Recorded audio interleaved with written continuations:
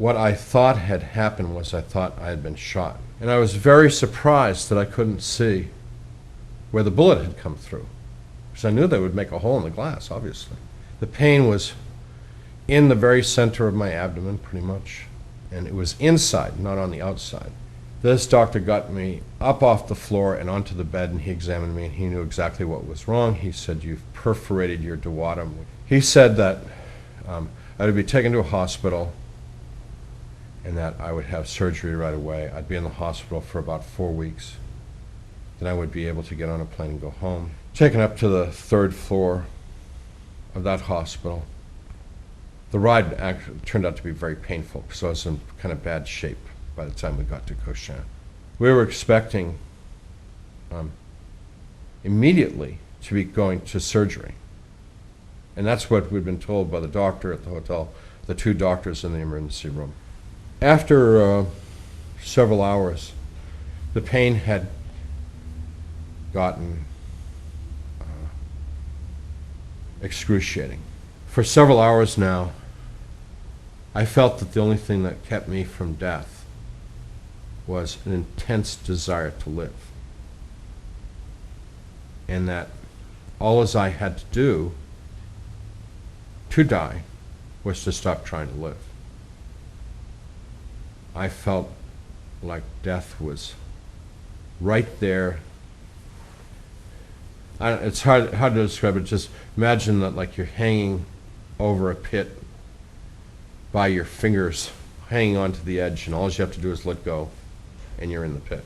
That's how I felt about me and death. And I closed my eyes.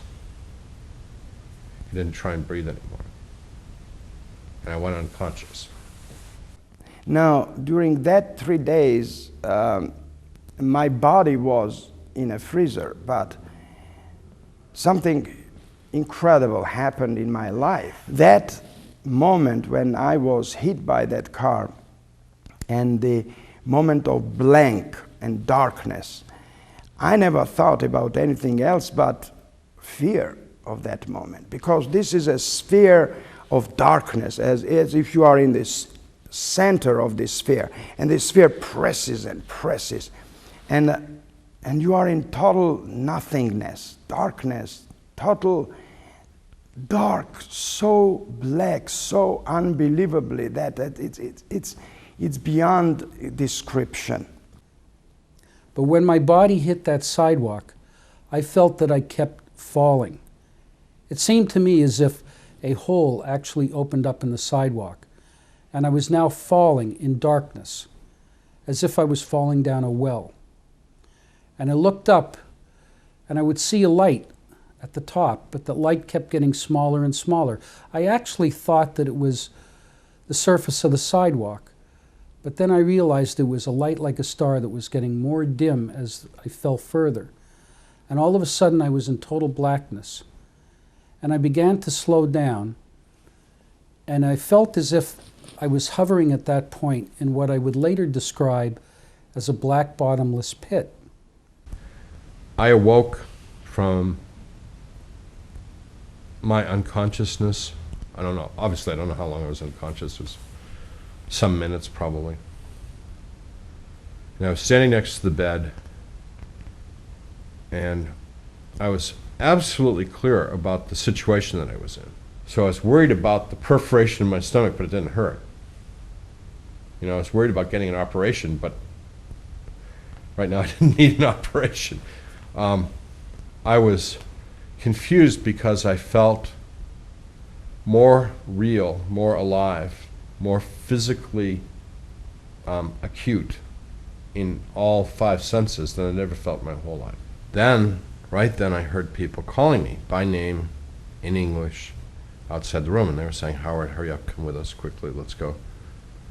So the room was very bright and well lit, and I went over to the doorway of the room, and outside the room, it was wasn't dark, but it was dim and gray and foggy and indistinct. I assumed that they were there to take me to my surgery, so I left the room. One of the strange things was, when I left the room, I knew that it was a one-way door. And the pressure is unbelievable. I felt that I am in this darkness. I am somewhere, nowhere. I don't have body, I don't exist, but I exist in my thought. How can I think without that chemicals in my brain? Do I think? Is this hallucination? What is happening with me? A lot of questions came to me immediately, but mostly fearful questions. But then, naturally, the education and intellect works with an instinctive mind, and I begin to think positively in that darkness. And what can be positive in the darkness but light? That's the only opposite side of darkness. So what I did, I immediately thought about darkness and light, and there it is. But there I was in this black bottomless pit, in what I would describe as a vivid state of consciousness. I knew I was totally free of my physical body, and I was somewhat detached and not concerned about that. I was at that point only concerned about surviving in this vivid state of consciousness. I did not want to lose consciousness at that point. But I had no idea how to extricate myself from this black bottomless pit. And at a certain point, I realized that the only way I was going to be able to survive was to keep repeating to myself, I am, I am, I am. But after walking for what in this world would be like an hour or two, I came to the realization that this isn't right. There's something really wrong here, because there's no way this hallway would be this big. And now the hallway wasn't a hallway anymore. It was just space that we were walking through. And there were no walls or ceiling or windows or stairs or anything. It was just we were walking in space. When I would ask them questions, usually the answer was, shut up. We don't have time. You'll find out.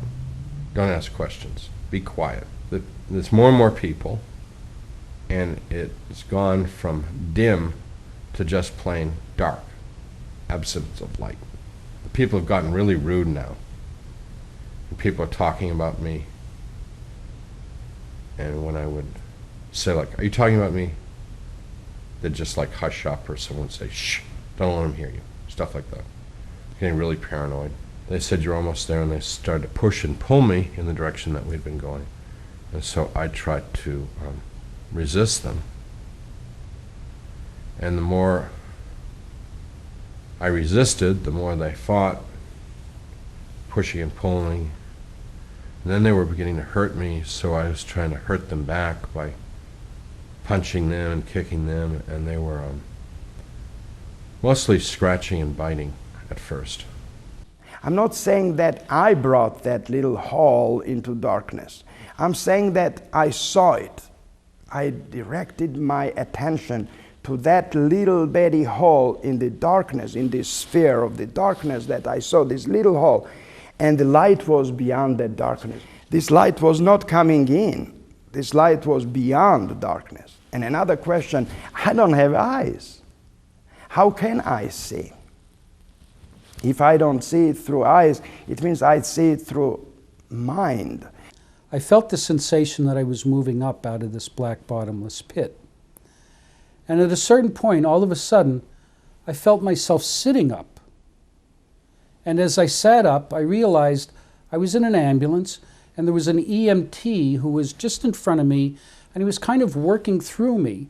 And I didn't quite understand this. And I heard the driver of the ambulance over a two-way radio announce that the patient had just coded. And as he did so, he accelerated the ambulance. Now, when that happened, all of a sudden, I found myself floating up and out of the ambulance. And all of a sudden, I was floating suspended over this dark two-lane road in this forested area, watching the ambulance going down the road in the distance.